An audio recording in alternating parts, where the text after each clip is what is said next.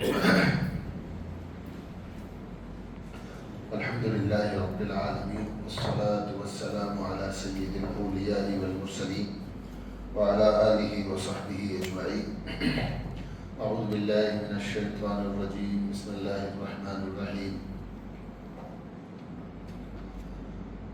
وقد قال الله تبارك وتعالى: أقم الصلاة لذكري إن الساعة آتية أكاد أخفيها لتجزى كل نفس بما تسعى. وقال تعالى: إن الصلاة تنهى عن الفحشاء والمنكر ولذكر الله أكبر والله يعلم ما تصنعون. وقال رسول الله صلى الله عليه وسلم: صلوا كما رأيتموني أصلي. صدق الله العظيم وصدق رسوله النبي الكريم ونحن على ذلك من الشاهدين والشاكرين والحمد لله رب العالمين. میرے محترم بھائیوں، بزرگوں اور دوستوں، اللہ کا احسان ہے، اللہ تعالیٰ کا شکر ہے، اس اللہ پاک نے ہمیں ایمان دیا، نمازی بنایا، اپنے اوامر اور اللہ تعالیٰ کے اپنے احکام کے ادا کرنے کی فکر اور اس کو سمجھنے کی، اس کو زندگی میں لانے کی فکر اللہ تعالیٰ نے ہمیں نصیب فرمائی۔ ہمیشہ نماز کے بعد اہتمام کرنا چاہیے کہ آدمی دعا مانگے، رب اجعل لی مقیم الصلاۃ ومن ذریتی ربنا وتقبل دعا، ربنا اغفر لی ولوالدی وللمؤمنین یوم یقوم الحساب۔ رب اجعل لی مقیم الصلاۃ، اے اللہ تو مجھے نماز قائم کرنے والا بنا دے، تو مجھے نماز قائم کرنے والا بنا دے۔ رب اجعل لی مقیم الصلاۃ ومن ذریتی، کہ مجھے بھی نماز قائم کرنے والا بنا دے اور میری اولاد کو، میری نسلوں کو، میرے ماتحتوں کو نماز قائم کرنے والا بنا دے۔ ربنا رب اجعل لی مقیم الصلاۃ ومن ذریتی ربنا وتقبل دعا، اے اللہ میری یہ دعا اور میری جو بھی دعائیں میں آپ سے مانگتا ہوں ان کو قبول فرما لے۔ اس کے بعد ربنا اغفر لی، اے اللہ میری مغفرت فرما، ولوالدی میرے والدین کی مغفرت فرما، وللمؤمنین یوم یقوم الحساب تا قیامت ایمان والوں کی آنے والے ایمان والوں کی تو مغفرت فرما۔ یہ جو بات ہے کہ اللہ تو مجھے نماز قائم کرنے والا بنا دے، کہ ہمیشہ آدمی کے دل میں جس چیز کا فکر ہوتا ہے، جس چیز کا احساس ہوتا ہے، وہ اس کے دل و دماغ پر رہتی ہے۔ کھیل کود، کھانا پینا، ہے نا، کمانا، خرچ کرنا، اپنی پسندیدہ چیزیں، جو جن چیزوں میں آدمی کا دماغ ہے، جہاں آدمی کا دل لگا ہوا ہے، وہ بات اس کے دل و دماغ پر پھنسی رہتی ہے، اور جہاں موقع ملتا ہے وہ بات اس کی زبان پہ آ جاتی ہے، وہ بات اس کی زبان پر آ جاتی ہے۔ آپ کسی کے بارے میں یہ چاہتے ہو کہ بھئی یہ آدمی کیا سوچتا ہے، کیا اس کے دماغ میں چلتا ہے، تو 2-4 گھنٹے اس آدمی کے ساتھ رہ لو تو آپ کو پتہ چل جائے گا کہ اس کی کیا سوچ ہے، یہ کس مزاج کا ہے، کیا طبیعت ہے، کیونکہ جو اس کے من میں ہے وہ آپ کے ساتھ جب بیٹھے گا، بات چیت کرے گا تو وہ بولنا شروع کر دے گا، ہے نا۔ اس کے احساسات جو ہے وہ آپ پہچان جاؤ گے۔ کہ ہمارا احساس یہ ہے کہ اے اللہ تو مجھے نماز قائم کرنے والا بنا دے، اے اللہ تو میری اولاد کو، میری ذریت کو نماز قائم کرنے والا بنا دے۔ قرآن پاک کی 2 آیتیں میں نے تلاوت کی ہیں اور ایک حدیث اللہ کے نبی صلی اللہ علیہ وسلم کی میں نے آپ کے سامنے پڑھی ہے۔ اللہ تعالیٰ فرماتے ہیں: اقم الصلاۃ لذکری، نماز کو قائم کرو میری یاد کے لیے، مجھے یاد کرنے کے لیے، میرا ذکر کرنے کے لیے، مجھے اپنے دلوں میں بسانے کے لیے نماز قائم کرو۔ اور اللہ دلوں میں جبھی بستے ہیں کہ جب آدمی اللہ اکبر کہہ کر چیزوں کو، اسباب کو، بیوی بچوں کو، ہے نا، ساری چیزوں کو بھول کر اور نماز میں مشغول ہو جاتا ہے، اور کوئی چیز اسے یاد نہیں آتی، بلکہ وہ اللہ میں، اللہ کی عظمت میں، اللہ کی بڑائی میں، اللہ کے بول میں، ہے نا، اللہ کو یاد کرنے میں، جنت میں، جہنم میں، اللہ کی رحمت میں، اللہ کی پکڑ میں، اور اللہ تعالیٰ کی خوبیوں اور اللہ کی صفات میں مشغول ہو جاتا ہے. اور نماز کی جو حیت بھی ہے نا کہ آدمی پہلے کسی بڑے کے سامنے جا کر کھڑا رہتا ہے. ہم کسی بڑے کے سامنے گئے تو پہلے کھڑے ہو گئے, 1 منٹ 2 منٹ کھڑے رہے, سورہ فاتحہ پڑھی, اللہ تعالیٰ کی تعریف کری, اللہ تعالیٰ کی حمد و ثنا بیان کی, اللہ تعالیٰ کے معبود ہونے کا ذکر کیا, اس بات کو ذکر کیا کہ اللہ ہم تیری ہی عبادت کرتے ہیں, تیری ہی بندگی کرتے ہیں. دل میں اتنی بڑائی پیدا ہو گئی اتنی سی دیر میں. ایک ثنا پڑھی ہم نے, ہے نا, الحمد شریف پڑھی, چند آیتیں اس کے بعد پڑھی, اس کے بعد دل میں اللہ کی عظمت اتنی زیادہ بڑھ گئی کہ اب ہم کھڑے نہیں رہ سکے. ہم نے کیا کر دیا؟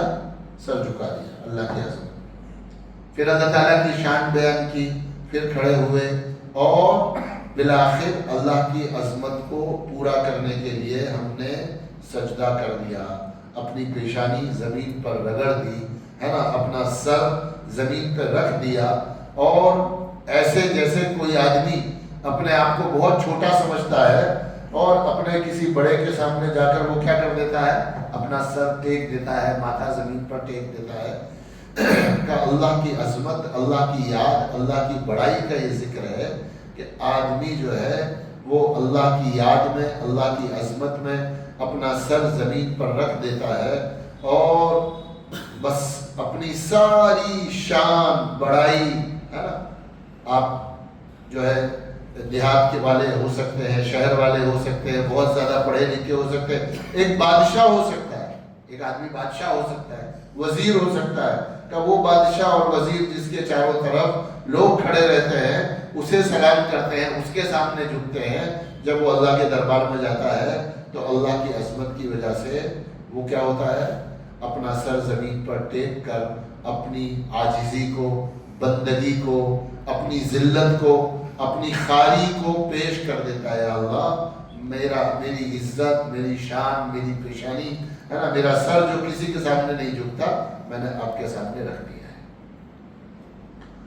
یہ نماز کی روح ہے, یہ نماز کی جان ہے, اسی کو خشوع کہا گیا ہے.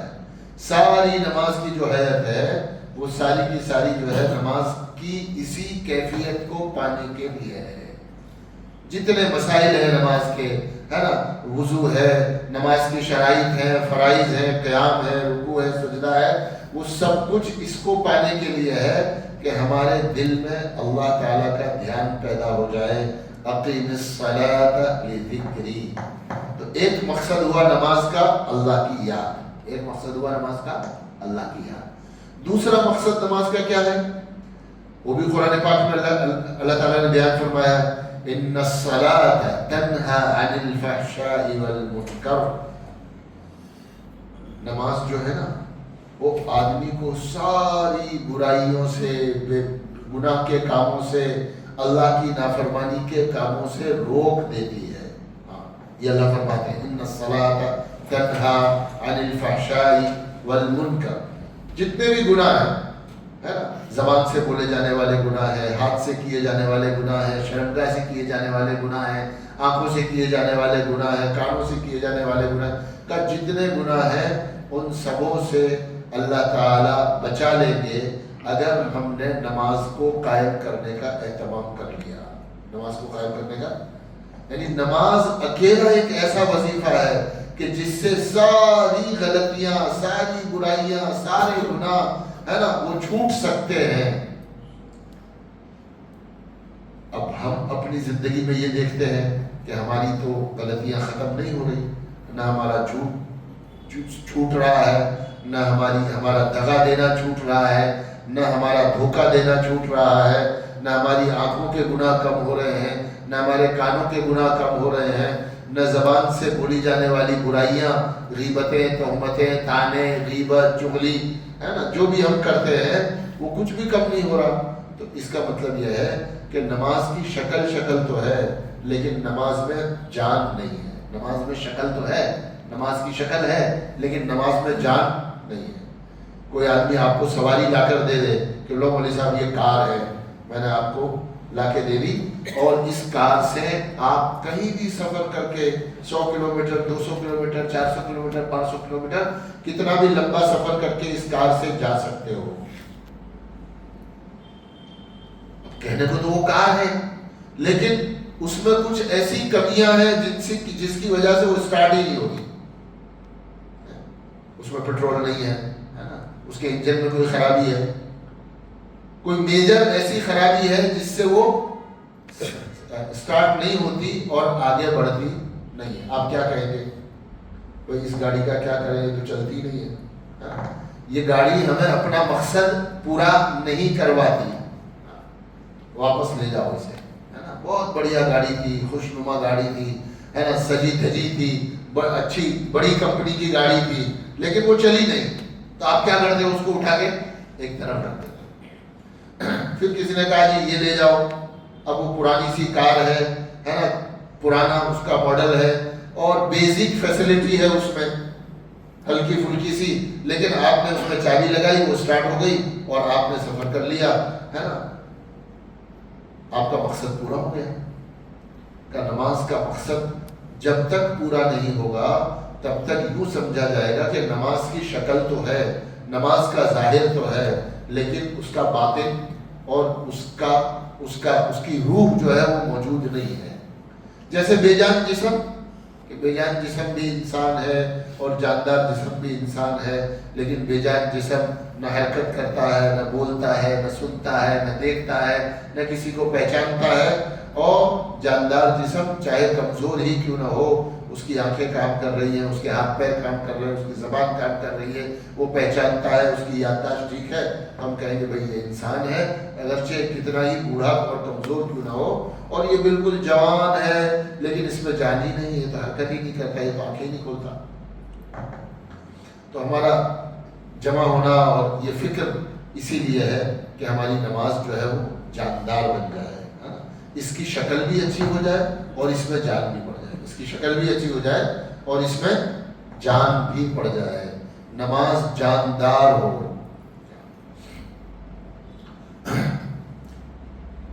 اللہ تعالیٰ فرماتے ہیں وَلَذِكْرُ اللَّهِ أَكْبَرُ وَاللَّهُ يَعْلَمُ مَا تَصْنَعُونَ، ہے نا، تم جو اللہ کی یاد ہے یہ بڑی بات ہے۔ اور تیسرا مقصد نماز کا یہ ہے جو پہلی والی آیت میں موجود ہے، اے اللہ نمازی بنا دے مجھے، میرے گھر والوں کو نمازی بنا دے اور میری دعا قبول فرما دے۔ کا نماز اس لیے بھی ہے کہ نماز کے بعد آدمی اگر حقیقی نماز ہے، جاندار نماز ہے، نماز کے بعد بندہ اللہ سے اپنی حاجت مانگتا ہے، اپنی ضرورت اللہ سے مانگتا ہے، اللہ تعالیٰ اس کی دعا کو کیا کر دیتے ہیں، قبول فرما دیتے ہیں۔ نماز جاندار بن جائے اللہ تعالیٰ ہماری دعا قبول فرما لیں گے، نماز جاندار بن جائے تو ہمارے مسائل حل ہو جائیں گے، ہماری پریشانیاں دور ہو جائیں گی، ہمارے احوال کو اللہ تعالیٰ درست فرما دے گا، ہماری تکلیفیں جو ہیں ان کو اللہ تعالیٰ ختم فرما دیں گے۔ اللہ تعالیٰ ہمیں ایسی نماز نصیب فرما دے، ایسی نماز اللہ تعالیٰ ہم سب کو، تمام ایمان والوں کو نصیب فرما دے، جو نماز ہے نا ہمیں نماز کے قائم کرنے والا بنا دے، اور جو نماز اللہ کی رضا کا ذریعہ بن جائے، جو نماز ہماری برائیوں کو ہماری زندگیوں سے ختم فرما دے، اور جس نماز سے دعا کی قبولیت آسان ہو جائے۔ تو سب سے پہلے نماز کی بنیادی باتیں ہیں جن کو ہم فرائض کہتے ہیں، کہ نماز کی بنیادی وہ چیزیں جن کے بغیر نماز بنتی ہی نہیں ہے، نماز کی شکل و صورت بنتی ہی نہیں ہے۔ اس کے لیے کچھ نماز کے فرائض ہیں، کچھ نماز کے واجبات ہیں، اور پھر اس نماز کو مزین کرنے کے لیے، اس نماز کو خوشنما بنانے کے لیے، اس نماز کو خوبصورت بنانے کے لیے اللہ کے نبی صلی اللہ علیہ وسلم کی کیا ہے، سنتیں ہیں نماز کی۔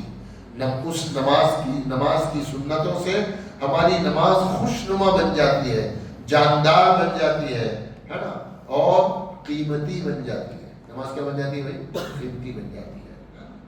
ایک آدمی کے سامنے ہے نا کھانا سجا کر اچھی طریقے سے، ہے نا، الگ الگ چیزیں، الگ الگ جو ہے کھانے پینے کی ڈشز جو ہے وہ پروسی گئی، اور احترام سے بٹھا کر ہے نا دو آدمی اچھے سے کھلاتے ہیں، پروستے ہیں، سرو کرتے ہیں، کا کھانا ہے بہت اچھا لگا، ہے نا، اکرام بھی ہوا، کھانا بھی اچھا تھا، لوگوں نے اکرام بھی کیا، آدمی کو بہت اچھا لگتا ہے۔ لیکن یہی آدمی جب اسے بھوک لگتی ہے اور کوئی کھلانے والا نہیں ہوتا تو راستے سے چلتے پھرتے کچھ نہ کچھ لے کر اپنا پیٹ بھر لیتا ہے۔ کہا یہ بھی کھانا تھا، یہ بھی کھانا تھا، لیکن اس کھانے کا ذائقہ اور مزہ الگ ہے، اور وہ تو کیا ہے، وہ تو ایک پیٹ بھرنا ہو گیا۔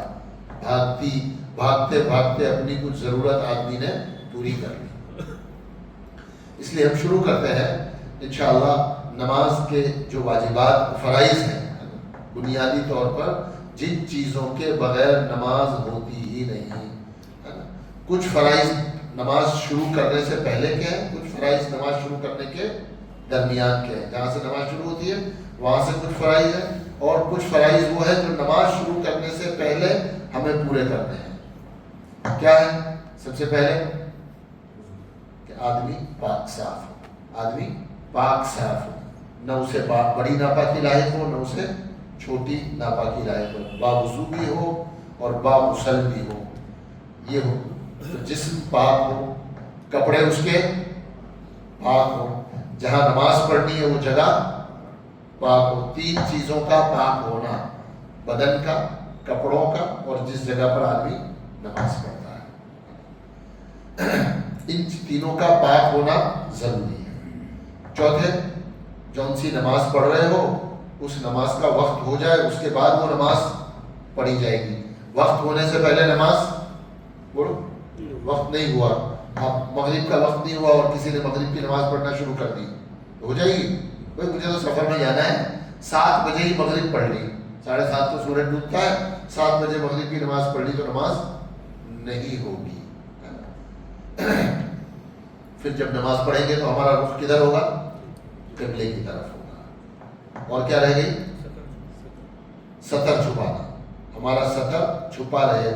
سطر چھپانے کا جو مسئلہ ہے اس میں لوگوں سے جو کوتاہی ہوتی ہے اس کو انشاءاللہ ذکر کر لیں گے کہ سطر ہمارا چھپ جائے، نماز کا وقت ہو، قبلہ رخ ہو، ہے نا۔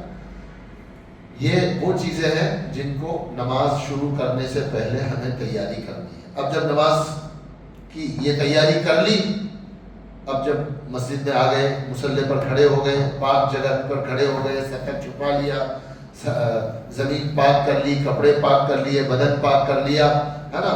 جون سی نماز پڑھنی ہے اس نماز کی ہم نے نیت کری، عشاء کی نماز پڑھنی ہے عشاء کی نیت کریں گے، فجر کی نماز پڑھنی ہے فجر کی نیت کریں گے، اور پرانی نمازیں اگر پڑھنی ہے تو پرانی نمازیں جو ہماری چھوٹی ہوئی ہیں تو ان کو بھی متعین کرنے کا ایک طریقہ فقہاء نے لکھا ہے، تو چھوٹی ہوئی نمازوں کو بھی متعین کرنا ضروری ہے، اس کو بھی متعین کر کے ہی نماز پڑھیں گے۔ اگر متعین نہیں کیا تو ہماری نماز قضا نماز ادا نہیں ہوگی۔ اب اللہ اکبر کہیں گے تو اسے کہتے ہیں تکبیر تحریمہ۔ تکبیر تحریمہ ایسے کہی جائے کہ جس کو کم سے کم آدمی خود سن لے، من میں اللہ اکبر کہنے سے تکبیر تحریمہ نہیں ہوتی، ہے نا۔ تو نماز میں داخل ہوتے ہیں، نیت تک باہر کی شرائط ہے، اور تکبیر تحریمہ کہنے سے نماز کی اندر ہی کے فرائض اور ارکان شروع ہو جاتے ہیں۔ اس کے بعد بنیادی طور پر سب سے پہلا فرض قیام ہے، اس کے بعد قرات، کھڑے ہونے کی حالت میں قرات کرنا، پھر اس کے بعد رکوع، اس کے بعد 2 سجدے، ہے نا، اور قاعدہ اخیرہ میں تشہد کے بقدر بیٹھنا اور اپنے ارادے سے اپنی نماز کو مکمل کرنا، یہ نماز کے فرائض ہیں۔ نماز کے جو واجبات ہیں ان میں سب سے پہلا واجب جو ہے وہ سورہ فاتحہ، دوسرا واجب سورت ملانا، تیسرا واجب پہلے سورہ فاتحہ پڑھنا بعد میں سورت ملانا، پہلے سورہ فاتحہ بعد میں سورت، قومہ واجب ہے، جلسہ واجب ہے، قاعدہ اولا واجب ہے، بقدر تشہد، پہلا قاعدہ اتنی دیر کہ ہم اس میں تشہد کے بقدر تشہد قاعدہ اولا واجب ہے، اور قاعدہ اخیرہ میں تشہد پڑھنا، قاعدہ اخیرہ میں تشہد پڑھنا یہ واجبات میں سے ہے۔ اس کے علاوہ جو واجبات روزمرہ کی نماز میں نہیں ہوتے جیسے تکبیرات ہیں عیدین کی، وہ واجب ہیں. عشاء کی نماز میں وتر ہم پڑھتے ہیں، تو وتر میں تیسری رکعت میں سورہ فاتحہ اور سورت پڑھنے کے بعد اللہ اکبر کہہ کر دعائے قنوت کا پڑھنا، یہ بھی واجبات نماز میں سے ہے. ایسے ہی مطلقاً نماز کو سکون کے ساتھ پڑھنا اور اطمینان کے ساتھ نماز پڑھنا، اس کو بھی فقہاء نے واجبات نماز میں سے بیان کیا ہے کہ یہ بھی نماز کے واجبات میں سے ہے. اور کیا چھوٹ گیا؟ اسی کو تعبیر ارکان کہتے ہیں. ارکان کو، اعمال کو، نماز کی حرکات کو سکون سے ادا کرے آدمی. اور کچھ چھوٹ رہا ہے؟ اچھا، سلام پھیرنا، السلام علیکم ورحمۃ اللہ کہہ کر السلام، کم سے کم السلام کہہ کر نماز سے باہر نکلنا، یہ نماز کے واجبات میں سے ہے. فرض چھوٹ گیا تو نماز ہوئی ہی نہیں. فرض چھوٹ گیا تو یہ سمجھ لیں، فرض چھوٹ گیا نماز ہوئی ہی نہیں. واجب چھوٹ گیا تو نماز ہو گئی نقص کے ساتھ، کمی کے ساتھ. وقت موجود ہے اور وقت کے اندر پتہ چل گیا کہ میرا فلاں واجب چھوٹ گیا تھا، نماز پوری کر لی میں نے. واجب چھوٹا، نماز پوری کر لی، اور بعد میں یاد آیا کہ میرا فلاں واجب چھوٹ گیا تھا اور ابھی عشاء کی نماز کا وقت ہے، ہمیں یاد آ گیا، تو نماز کو دوہرا لیں گے.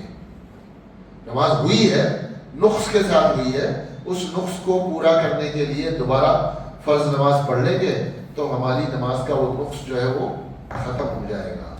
اگر وقت چلا گیا ہے، فجر کے وقت میں یاد آیا کہ عشاء کی نماز میں فلاں واجب میرا جو ہے وہ چھوٹ گیا تھا، تو پھر اس صورت میں وہ نماز نقص کے ساتھ ختم ہو گئی، اب اس کو کچھ بھی کرنا نہیں ہے. ایسے ہی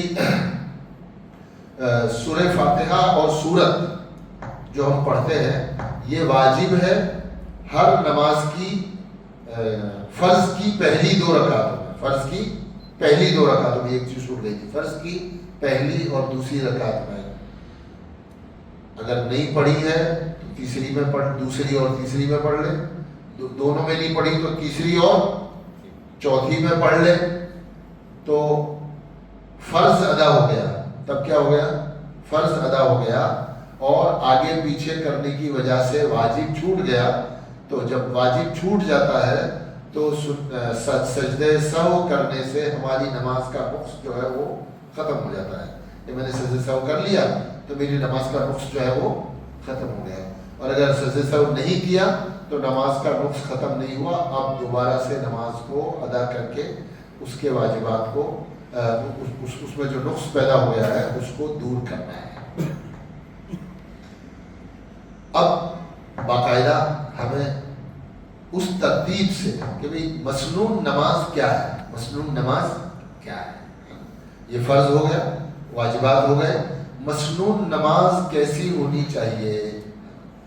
بہت ہی دکھ کی بات ہے کہ ہم لوگ ہر چیز سیکھتے ہیں، ہے نا.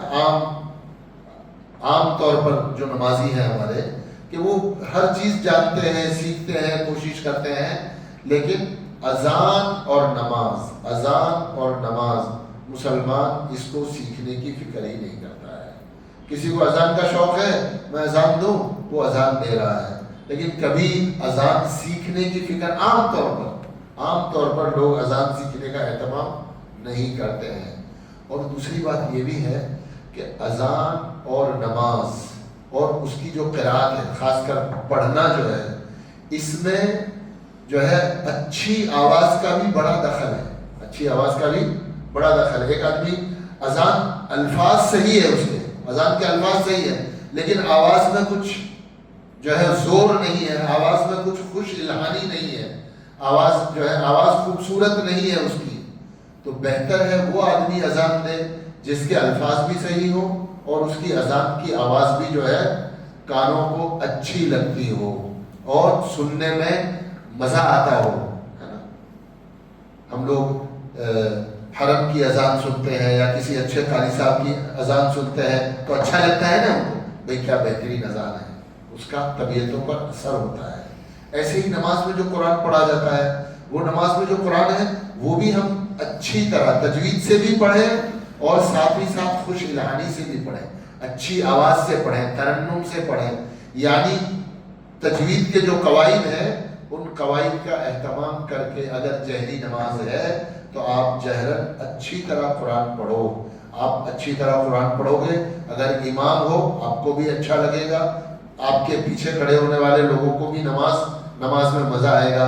آپ اکیلے ہی ہو اور نماز جہرن پڑھ رہے ہو, مثلا فجر ہے, عشاء ہے, اکیلے ہیں تو آپ زور سے نماز پڑھ سکتے ہیں. کہ آپ زور سے پڑھو گے, تلاوت اچھے سے کرو گے تو آپ کو الحمد شریف پڑھنے میں اور پھر اس کو سننے میں, قرآن پاک صورت ملانے میں اور اس کو سننے میں مزہ آئے گا. تو کچھ قرآن لمبا بھی پڑھ لو گے, کچھ قرآن زیادہ بھی پڑھ لو گے. کوئی بڑی صورت پڑھنے کو بھی آدمی کا جی چاہے گا کہ بھئی میں قرآن پڑھ رہا ہوں, اچھی آواز سے پڑھ رہا ہوں, مجھے اپنا ہی قرآن سننے میں کیا آ رہا ہے, مزہ آ رہا ہے, اچھا لگ رہا ہے, تو آدمی زیادہ قرآن پڑھے گا. اس لیے سیکھنے کا اہتمام کرنا چاہیے ہمیں. کیا کریں گے, کوئی آؤ نماز کی حیت کے لیے, کوئی بھی جو اپنی بشاشت سے تیار ہو. اس میں ہمارا بھی فائدہ ہوگا اور اپنے ساتھیوں کا بھی فائدہ ہوگا. ہماری شاباش, ادھر آ جاؤ, ابھی اپنا قبلہ ادھر ہے. چلو کیسے کھڑے ہوں گے, سب سے پہلے ہمیں کھڑے ہونا ہے تو کھڑے ہوں گے, پیر ایسے ہوں گے ہمارے, دیکھو سیدھے, پیروں کے درمیان میں 4 سے 8 انگل کا فاصلہ ہو. پیر چوڑے ہیں, بڑے ہیں تو زیادہ فاصلہ ہو سکتا ہے, 8 انگل 6 انگل فاصلہ ہو سکتا ہے, ورنہ پتلا دبلا آدمی 4-5 انگل کے فاصلے سے آرام سے کھڑا ہو سکتا ہے. اب اس میں جو غلطی کرتے ہیں, پیر بعض لوگ ایسے رکھتے ہیں, چوڑے رکھتے ہیں. چوڑے رکھنے کے علاوہ پیر آگے پیچھے ہوتے ہیں, ایک پیر ادھر ہے, ایک پیر ادھر ہے. برسوں سے یہ غلطی کر رہے ہیں, ایک پیر آگے ایک پیر پیچھے. پیر ایسے سیدھے ہونے کے بجائے پیر ایسے ہیں. تو پیروں کو سب سے پہلا کام یہ ہے کہ آدمی پیروں کو جمع کر رکھے اور پیر ہمارے سیدھے ہوں. کسی مجمع کے ساتھ نماز پڑھ رہے ہیں تو صف کے سیدھا کرنے کا طریقہ ہمارے یہاں یہ ہے کہ ہم یہ جو ٹخنا ہے, اس ٹخنے کو ٹخنے کے مقابل کریں گے. ٹخنے کو ٹخنے کے مقابل کرنا, ملانا نہیں ہے. جو پیروں کو ایک دوسرے سے چوڑے کر کے ملا دیتے ہیں وہ ہماری یہاں کی تشریح نہیں ہے. ہمارا حدیث پاک کا انٹرپریٹیشن یہ ہے کہ ٹخنوں کو ٹخنوں سے ملانا یعنی اس کو اس کی لائن میں کرنا. فزیکلی ملانا جو ہے وہ ہمارا انٹرپریٹیشن نہیں ہے. آپ کسی اور کو دیکھتے ہو, ٹھیک ہے, وہ ان کا اپنے اعتبار سے عمل کرتے ہیں. ہم کس طرح ملائیں گے پیر, ٹخنوں کو ٹخنے کے مقابل کریں گے. اور آخری حد فقہا نے یہ لکھی ہے کہ آپ کیا کر سکتے ہو, صف جہاں بنی ہوئی ہے وہاں ایڑی ملا دو, کم سے کم وہاں کیا کر دو, ایڑی ملا دو. آپ اپنی ہی مسجد میں صف کو دیکھو تو پرانے نمازی ہے نا, وہ بھی کیا ہو جاتے ہیں, آگے پیچھے کھڑے رہتے ہیں. اور کھڑے رہنے میں صف جب بنے گی تو کم سے کم یہ ہے کہ کندھے سے کندھا مل جانا چاہیے. ہم ایک دوسرے سے لگ کر کھڑے رہیں, اس طرح نہ کھڑے رہیں کہ صفوں کے درمیان میں 2-2 4-4 انگل, یعنی ہر 2 آدمی کے درمیان میں 1 انگل 2 انگل 3 انگل کا فاصلہ ہے اور آرام سے کھڑے ہیں. اس طرح نہیں ہے. صف کو درست کرنے کا طریقہ یہ ہے کہ ہم یا ٹخنوں کو ملا لیں, آخری حد ہے کہ صف کا جو کنارہ ہے اس کنارے پر ہم ایڑیاں اپنی جما دیں, اور پھر وہ پوری نماز میں جب بھی ہم کھڑے ہوں گے اپنے پیروں کو صحیح کر لیں گے. اگلی رکعت میں کھڑے ہوں گے, اگر پیر ہمارا آگے پیچھے ہو گیا تو ہم کیا کر لیں گے, اس کو درست کر لیں گے تاکہ پیر آگے پیچھے نہ ہو جائے. اور اتنا مل کر کھڑے ہوں گے کہ ہمارے کندھے ایک دوسرے سے لگ جائیں, بیچ میں 1 2 3 انگل کا فاصلہ نہیں رہنا چاہیے. یہ ہوئی ہماری کھڑے ہونے کی ہے. اکیلے کھڑے ہوں گے یا کسی کے ساتھ صف میں کھڑے ہیں, جماعت کی نماز میں کھڑے ہیں, تو اس طرح کھڑے ہوں گے. اب بٹ بتائیے کیسے ہاتھ اٹھانے ہیں؟ دیکھو یہ دیکھیے، ہاں رکھو، ہاتھ ایسے ہوں گے، ہے نا، نہ ایسے کرنے ہیں، نہ جو ہے ایسے ملا دینے ہیں، نارمل حالت میں رکھنے ہیں، نارمل حالت میں. اور مرد اپنے ہاتھوں کو کان کی لو تک لے جائیں گی اور عورتیں اپنے ہاتھوں کو کندھوں تک لے جائیں گی. بس عورتیں اپنے ہاتھوں کو، یہ بس یہ ہو گیا عورتوں کا ہاتھ اٹھانا، اور مرد اپنے ہاتھوں کو یہاں تک لے جائیں گے. اب اس میں آپ جو بھی غلطی کر رہے ہیں یا کوئی غلطی کر رہا ہے کہ ایسے کر لیتے ہیں، ایسے کر لیتے ہیں، ایسے ہاتھ کرتے ہیں، جو بھی غلطی ہے اس کے علاوہ جو بھی ہم یا کوئی کر رہا ہے وہ غلطی ہے کہ ہم کو ایسے کرنا ہے. بس یہ ہاتھ اٹھانے کی صحیح ترتیب ہو گئی. اس کے خلاف اچھا آپ کو پتہ بھی نہیں چلتا، کرو، آپ نے کیا موہن بھائی، کرو واپس سے، دیکھو ہاتھ سیدھے نہیں ہیں، لیکن چونکہ مجھے دکھتے نہیں ہیں خود کو میرے ہاتھ، اس لیے یہ چیز ایسی ہے کہ آپ دکھاؤ دوسرے کو، بھائی دیکھو میرے ہاتھ صحیح ہوئے، آ جاؤ آگے، آ جاؤ ادھر آ جاؤ.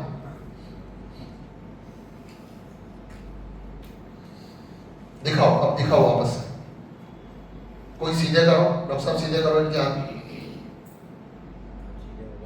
ہاں اب ہوئے سیدھے. تو کچھ چیزیں جو ہمیں نظر نہیں آتی ہماری، وہ دوسروں کو کیا کرنی پڑے گی؟ دکھانی پڑے. ذرا دیکھو ٹھیک ہے میرے ہاتھ. ایسے ہی جب رکوع میں جائیں گے تو بتانا پڑے گا، بھائی دیکھو میری کمر سیدھی ہوئی یا نہیں ہوئی. تو کوئی دیکھ کر آپ کی کمر سیدھی کر دے، پھر آپ اس کی عادت ڈال لو تو وہ ٹھیک ہو جائے گی. تو کرو ذرا، سب کرو ایک بار. ماشاء اللہ اکثروں کے صحیح، الحمدللہ. ادھر والے ماشاء اللہ اکثروں کے صحیح ہے، پھر بھی کسی کے یوں ہو جاتے ہیں تھوڑے سے، تو سیدھے کر لیں اپنے ہاتھوں کو. اللہ اکبر کہتے ہوئے ہاتھ باندھیں گے. اللہ اکبر کہتے ہوئے ہاتھ باندھیں گے. اللہ اکبر. جتنا مومنٹ ہے نا اتنا ہی اللہ اکبر کو کھینچنا ہے، یہ یاد رکھو. یہاں سے یہاں تک کی مومنٹ ہے اتنا اللہ اکبر بولیں گے. رکوع سے سجدے میں جائیں گے تو جتنا رکوع سے سجدے میں جانے میں ٹائم لگے گا اتنے میں ہی ہماری تکبیر کی اس مومنٹ میں تکبیر ختم ہو جانی چاہیے. ایسے ہی جب وہاں سے اٹھے تو کھڑے ہونے تک میں ہماری تکبیر جو ہے وہ ختم ہو جانی چاہیے. چلیے اللہ اکبر کے ہاتھ کیسے باندھیں گے؟ ماشاء اللہ. ہاتھ باندھنے ہیں ناف کے نیچے، ہاتھ باندھنے ہیں ناف کے نیچے، یعنی یہ جو ہماری ناف ہے یہ گٹا جو ہے یہ ناف کے نیچے ہو، ٹھیک ہے. اور ہاتھ کی ہتھیلی کو جو ہے وہ الٹے ہاتھ کے گٹے پر، اور پھر اس کو اس طرح پھیلا دیں گے اور ہاتھ کو اس طرح کر دیں گے. برابر ہے. غلطی کیا کرتے ہیں ذرا بتاؤ، لوگ غلطی کیا کرتے ہیں؟ یہ بھی غلطی ہے. اور کیا غلطی کرتے ہیں؟ ناف کے اوپر کر لیتے ہیں، یہ بھی غلطی ہے. اور کیا غلطی ہے؟ چھوڑ دو اس کو، نہیں پکڑ کے چھوڑ. ہاں یہ ایسے کر دیتے ہیں، بس اس کو پکڑ لیا اور ہاتھ ہم نے کیا کر دیے، انگلیاں چھوڑ دی. یہ بھی اب کیا ہے، اب نماز پڑھ ہی رہے ہیں تو جتنی سنت کے قریب ہوگی اتنا ہمیں کیا ملے گا؟ اجر اور ثواب زیادہ ملے گا. اتنی نماز ہماری زیادہ قیمتی بنے گی. تو جب وضو کر لیا، مسجد میں آ گئے، نماز پڑھ رہے ہیں، تو کیوں نہ بہترین نماز پڑھیں، تاکہ نمازوں میں جتنی سنتیں جمع ہوں گی اتنا ہی کیا ہوگا، ثواب نماز کا بڑھ جائے گا. اسی لیے حدیث بات میں ہے نا کہ بھائی مسجد میں لوگ آتے ہیں نماز پڑھتے ہیں، کسی کو اس کی نماز کا پورا ثواب ملتا ہے، کسی کو اس کی نماز کا آدھا ثواب ملتا ہے، کسی کو اس کی نماز کا چوتھائی ثواب ملتا ہے، کسی کو اس کی نماز کا 10% ثواب ملتا ہے. تو وہ کمی زیادتی کیوں ہوئی کہ نماز کی نقل و حرکت میں، قرآن پاک کی تلاوت میں، اور جو خشوع اور اللہ کا دھیان ہے اس میں جتنی کمی ہوگی اتنا نماز کا معیار اور اس کا لیول کیا ہوتا جائے گا، کم ہوتا چلا جائے گا. اور جتنی ان چیزوں کی ہم رعایت کریں گے اتنی ہماری نماز جو ہے وہ جاندار بنے گی، اتنی ہماری نماز میں خوبیاں زیادہ پیدا ہوں گی. یہ مردوں کے ہاتھ رکھنے کی جگہ ہے. عورتوں کے ہاتھ رکھنے کی جگہ جو ہے وہ سینے پر. عورتیں یہاں ہاتھ نہیں رکھیں گی، عورتیں اپنے سینے پر ہاتھ رکھیں گی. ان کو ہاتھ باندھنے نہیں ہے، بس وہ ایسے ہاتھ پر ہاتھ رکھیں گی، یہ عورتوں کے لیے ہاتھ باندھنے کا عمل ہے۔ کھڑے ہونے میں عورتیں جو ہے وہ پیر چوڑے نہیں رکھیں گی، سیدھے منیمم جو کھڑے ہونے کے لیے جو پوزیشن چاہیے زیادہ سے زیادہ پیروں کو قریب کر کے وہ کیفیت میں عورتیں کھڑی ہوں گی۔ یہ کھڑے ہونے کا اور جو ہے ہاتھ اٹھانے کا اور ہاتھ باندھنے کا فرق بھی میں نے ساتھ کے ساتھ ہی آپ کو بتا دیا۔ مردوں کے لیے جو سطر ہے وہ الگ ہے، عورتوں کا سطر الگ ہے۔ اس لیے عورتوں کا سطر چہرہ، ہاتھ اور ٹخنے سے لے کر پنجے، اس کے علاوہ نماز میں پورا جسم موٹے کپڑے سے ڈھکا ہوا ہونا چاہیے۔ یہ ہاتھ دونوں، چہرہ اور گٹوں ٹخنوں سے لے کر نیچے پنجہ جو ہے، یہ تین چیزوں کے علاوہ نماز کی حالت میں ان کا پورا جسم موٹے کپڑے سے ڈھکا ہوا ہونا چاہیے۔ اس میں سے لٹکے ہوئے بالوں میں سے، گلے میں سے، جو ہے گدی میں سے یا جو ہے یہاں سے کچھ بھی کھلا ہوا نہیں ہوگا۔ اگر ہم نے سطر ڈھانکنے کی بات کی تھی نا، تو اس میں اگر عضو کا کوئی سا حصہ عضو کا، الگ الگ عضو ہے، یہ ہاتھ ہے، یہ ایک الگ عضو ہے، یہ ایک عضو ہے، آپ اس کو ناپ لو کہ بھئی یہ 1 فٹ ہے مثال کے طور پر، تو 1 فٹ میں سے 1/4 کوئی بھی ایک کامن چیز ہے کہ 1 فٹ کا میرا یہ ہاتھ ہے، یہ بازو میرا 10 انچ کا ہے مثال کے طور پر، تو اس میں سے 1/4 حصہ اتنی دیر کھلا رہ جائے جتنی دیر میں ہم رکوع کر کے کھڑے ہو جاتے ہیں، سجدہ کر کے کھڑے ہو جاتے ہیں، اتنی دیر کھلا رہ گیا تو نماز ٹوٹ گئی۔ تو جو غلطی ہوتی ہے عام طور پر عورتوں سے، وہ جو ہے وہ یہ ہاتھ میں ہوتی ہے، اور آج کل جو ہے وہ عورتوں کے پاجامے، مردوں کے پاجامے نیچے جاتے ہیں، عورتوں کے پاجامے اوپر آ رہے ہیں۔ انسان فطرت کے خلاف لباس پہنتا ہے کہ مرد جو ہے وہ پورے کپڑوں میں گھومتا ہے، اس کا کوئی جسم ہے، آپ کہو نا بھائی فارمل کپڑے پہن کر آنا، تو آدمی یہاں تک ایسے جو ہے نا وہ کف لپیٹ کر اور پتلون پوری، پھر اس کے بعد موزہ اور اس کے بعد جوتے، اس کے چہرے کے علاوہ کچھ بھی دکھتا نہیں ہے۔ اگر اس کے خلاف کچھ بھی پہنا، جسم چھپا ہوا ہے لیکن کیا جینس پہن کے چلا گیا، تو لوگ کہیں گے کیسا بے ادب آدمی ہے۔ اور عورت کیسی ہی چلی جائے سب کو اچھی لگتی ہے، وہ جتنے کم کپڑے پہنے وہ زیادہ اچھی سمجھی جاتی ہے۔ آفس ہو، بازار ہو، ہوائی جہاز یعنی ریلوے اسٹیشن پر جائیں، ہوائی اڈے پر جائیں، کہیں بھی جائیں، وہ جتنے کم کپڑوں میں ہوگی لوگ کہیں گے ہاں یہ زیادہ ماڈرن ہے، یہ زیادہ مہذب ہے، یہ زیادہ پڑھی لکھی ہے، اور ہو سکتا ہے کہ مغربی دنیا سے بھی اس میں کچھ ذائقہ لیا ہو، جہاں کے لوگ پڑھے لکھے اور متمدن ہوتے ہیں، ورنہ تو ہم کہیں گے یہ بیکورڈ ہے، یہ پچھلے گھرانے کی ہے۔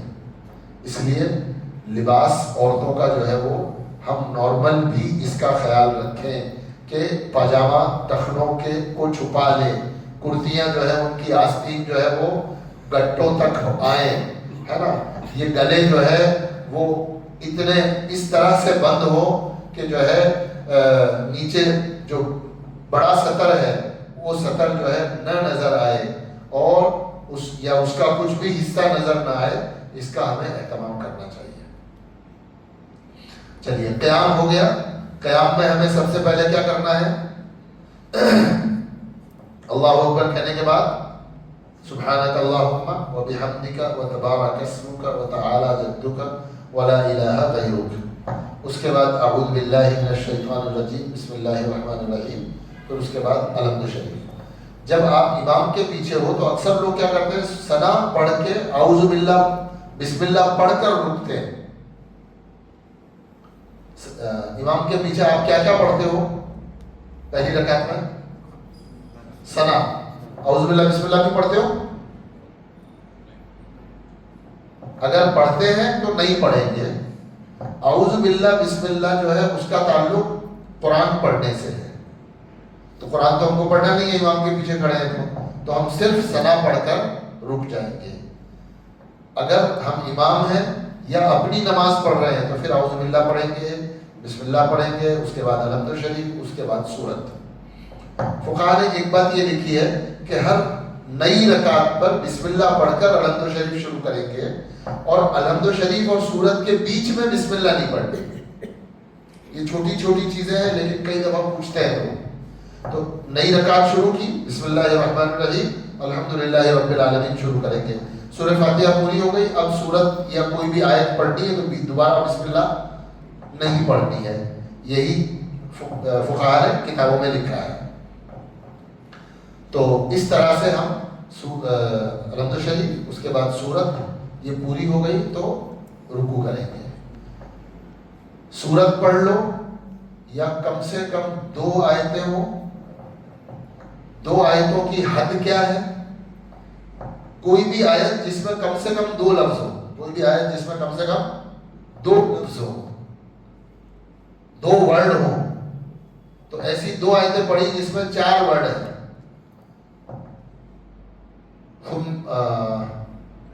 جیسے ثم قتل فقدر، کیا ہے کہ ثم نظر، ثم قتل ثم قتل ثم قتل کیف قدر ثم نظر، یہ 2 آیتیں پوری ہو گئی۔ ثم قتل فقدر ثم نظر، اس میں 4 حرف ہو جاتے ہیں تو 2 آیتیں ہو گئی۔ لیکن کوئی آدمی پڑھے مدہامتان فَبِأَيِّ آلَاءِ رَبِّكُمَا تُكَذِّبَانِ، تو ایک آیت ایسی ہو جس میں کم سے کم 2 ورڈ ہو۔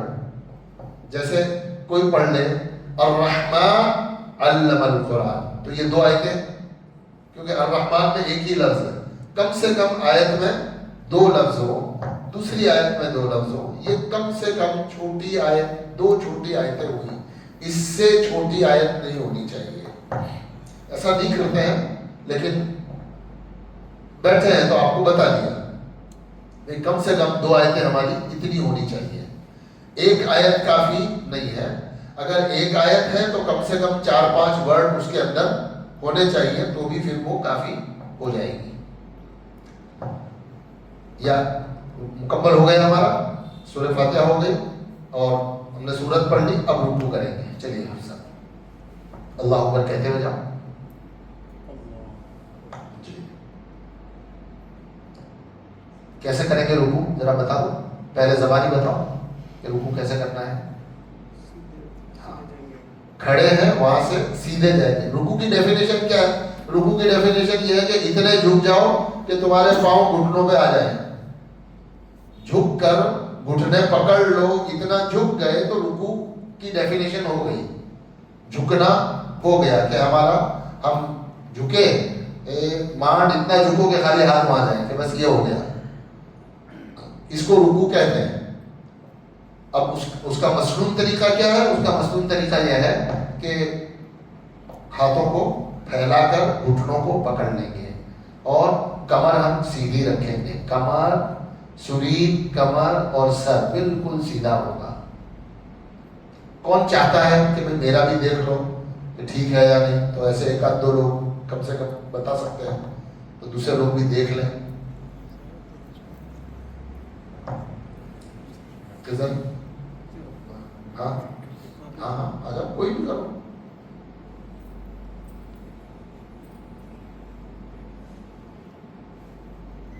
ہاتھ سیدھے ہوں گے، پیر سیدھے ہوں گے، کمر بچھی ہوئی ہوگی، بس ماشاءاللہ بالکل صحیح ہے۔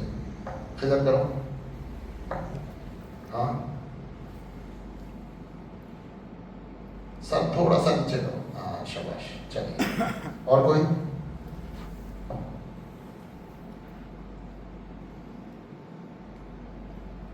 کوئی ہلکا پھلکا آدمی کر کے دکھا دو، موٹا نہیں تو۔ محمد سر تھوڑا سا نیچا کرو، ہاں یہ تو اچھی بات ہے نا کہ بھائی ہماری ہم نے لوگوں کو کے سامنے کیا اور ہماری اصلاح ہو گئی، بھائی میرا رکوع ٹھیک ہو گیا الحمدللہ۔ بھائی کوئی گاڑی چلانا سیکھ جائے اور کوئی جاننے والا کہہ دے کہ ہاں ماشاءاللہ آپ کو چلانا آ گئی، تو آدمی کو کیا ہو جاتا ہے، کانفیڈنس آ جاتا ہے کہ فلاں نے بول دیا میرے کو کہ مجھے چلانا آ گئی، تو آدمی کیا ہو جاتا ہے، بنداس ہو جاتا ہے کہ بھائی مجھے میرا رکوع صحیح ہو گیا. کسی کو پرابلم ہو تو کچھ کمر درد کی میں نے کیا کہا، ڈیفینیشن یہ ہے کہ بھائی آپ نے ہاتھ چھو دیا تو رکوع ہو گیا، آپ کا فرض ادا ہو گیا. تکلیف والا کوئی معذور ہے، کمر سیدھی نہیں کر سکتا ہے، کوئی حرج نہیں ہے، اپنی کوشش کریں. یہ سنت کے مطابق ہمارا رکوع ہوا. اب اگر اس میں عذر کی وجہ سے کسی کو کوئی کمی رہ جاتی ہے تو کوئی حرج نہیں ہے. جی چلیے اب رکوع سے اٹھیں گے، قوما کریں گے. قوما کرنے کی تعریف یہ ہے کہ رکوع سے جب ہم اٹھے تو سیدھے کھڑے ہو جائیں اور کھڑے ہونے کی جو حرکت ہے وہ مومنٹ ختم ہو جائے، نئی مومنٹ سے ہم سجدے میں جائیں. میری بات سمجھ آئی؟ جیسے اٹھیے رکوع سے، اب یہ مومنٹ ختم ہو گئی، ہم جو اٹھے تھے وہ اٹھنا پورا ہو گیا، اب نئی حرکت سے سجدے میں جائیں گے. کچھ لوگ ایسے اٹھ کر سجدے میں جاتے ہیں کہ ایسا لگتا ہے کہ ایک بٹن میں نے دبایا نا تو وہ بٹن کہ یہ آدمی یوں بھی جائے گا اور سیدھا پھر واپس ایک ہی بٹن سے دو کام ہو جائیں گے. یعنی واقعی ایسا لگتا ہے، مذاق نہیں کر رہا، کہ ایک آدمی یوں اٹھا اور کہیں بیچ میں سے ہی، پورا تو اٹھتا نہیں ہے وہ آدمی، کہیں اٹھا اور بیچ میں سے ہی سیدھا جو ہے وہ سجدے میں چلا گیا. تو فقہا نے یہ لکھا ہے کہ رکوع سے اٹھو، یہ اٹھنے کی مومنٹ آپ کی رک گئی، اب نئے ارادے سے، نئی مومنٹ سے اللہ اکبر کہتے ہوئے ہم سجدے میں جائیں گے. یہ فرق کرنا ہے. یہ فرق نہیں کرنے کی وجہ سے بہت ساری دفعہ کچھ لوگ ایسا رکوع سے اٹھتے ہیں کہ وہ رکوع میں ہی ہوتے ہیں اور سجدے کی طرف بڑھ جاتے ہیں. وہ ابھی رکوع میں ہی ہوتے ہیں، رکوع ختم ہی نہیں ہوا ہوتا ہے، تھوڑے سے ہی اٹھے ہوتے ہیں کہ سیدھا سجدے میں چلے جاتے ہیں. واجب قوما ان کا کیا ہو جاتا ہے، چھوٹ جاتا ہے. واجب قوما ان کا چھوٹ جاتا ہے. اب جب نماز پڑھ رہے ہیں تو کیوں ایک سنت کی بھی کیوں چھوڑیں، واجب تو بہت دور کی بات ہے. اچھا رکوع میں جائیں گے، اللہ اکبر کہہ کے جائیں گے، جب اٹھیں گے تو سمیع اللہ لمن حمیدہ کہیں گے. امام کو سمیع اللہ لمن حمیدہ کہے گا، مقتدی نہیں کہیں گے. مقتدی کہے گا ربنا لک الحمد. امام کو دونوں کہنے ہیں، منفرد ہے اپنی اکیلی نماز پڑھ رہے ہیں تو بھی دونوں بولنا ہے. مقتدی ہے تو سمیع اللہ لمن حمیدہ نہیں کہنا ہے، صرف ربنا ولک الحمد کہنا ہے. اس کے بعد ہم سجدے میں جائیں گے. ٹھیک ہے، سمجھاؤ.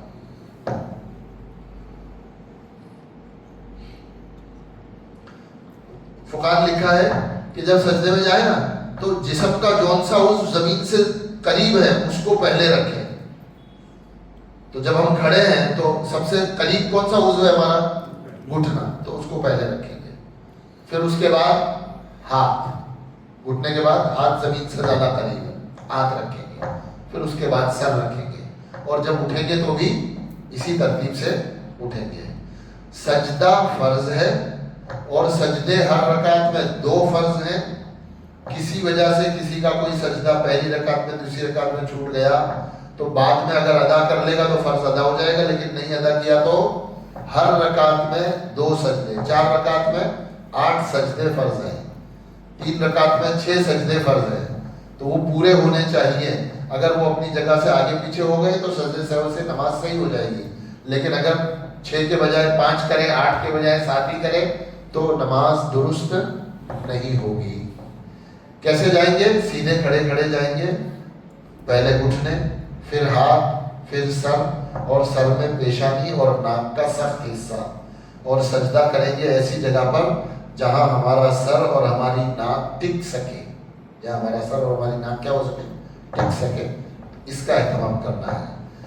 جو جگہ ہے وہ پاک ہوگی، ہے نا، اور 7 عضووں کا زمین پر لگنا ضروری ہے سجدے میں. سجدے کا مطلب کیا، جیسے میں نے آپ کو رکوع کی ڈیفینیشن بتائی نا، سجدے کی ڈیفینیشن یہ ہے کہ باڈی کے 7 پارٹ زمین پہ لگ جائیں، دونوں پیر، دونوں گھٹنے، دونوں ہاتھ اور سر.